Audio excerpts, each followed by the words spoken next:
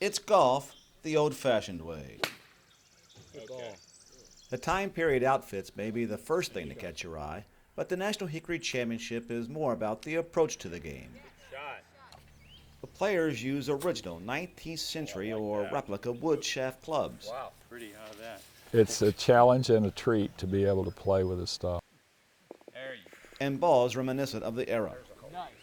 If you can hit the ball 225, 230 yards off the tee with a Titleist, you're probably going to hit about 150 yards off the tee with this ball.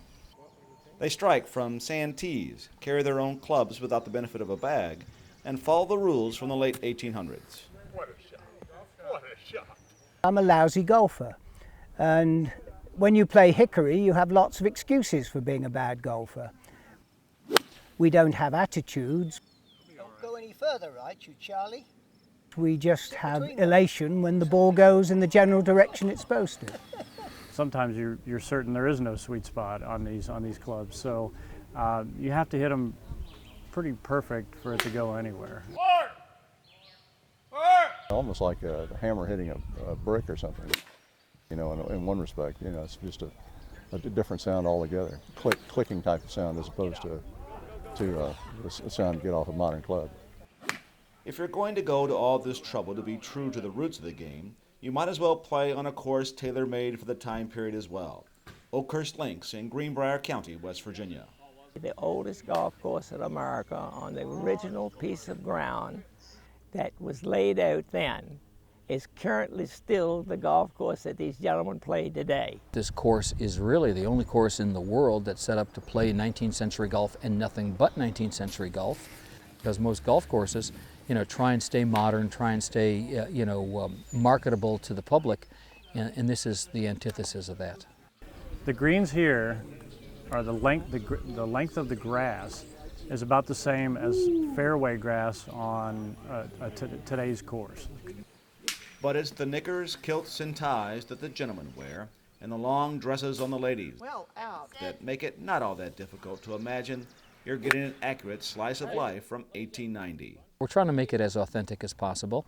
Not necessarily you have to wear the styles, but there's no shorts, no knit golf shirts, no visors, no ball caps, that sort of thing. What makes it fun is that you can't do this anywhere else. Good start, sir. Good start. We try to be faithful without being too gimmicky. When we're dressed up, men treat us much more respectfully, much more chivalrously, and we kind of like that. Wow. I look at a lot of the old players who played in the Hickory era, and I like to model myself after them. So I will dress like Harry Vardon and some of those guys. The National Hickory Championship isn't just about living history, it's also about passing the history on to young people. So the championship has partnered with the First Tee organization to bring some young people to the old game. Delightful to have them. If you don't know where the golf came from, it's hard to understand where it's going. It's sometimes a little difficult to say what you think when there's a sprat amongst the mackerels. Almost a golf shot. But apart from that, of course, the camaraderie is wonderful.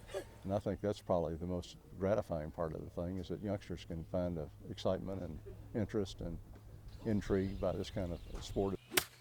In the end, it's still golf and still frustrating, perhaps even more so with unforgiving clubs in less than pristine conditions. I hate this game. But there are no bad lies at the National Hickory Championship. Wayne, it's always a pleasure. Well played. Only good stories. I'm Dan Hollis. Good to be out with you. Yes, good to be out.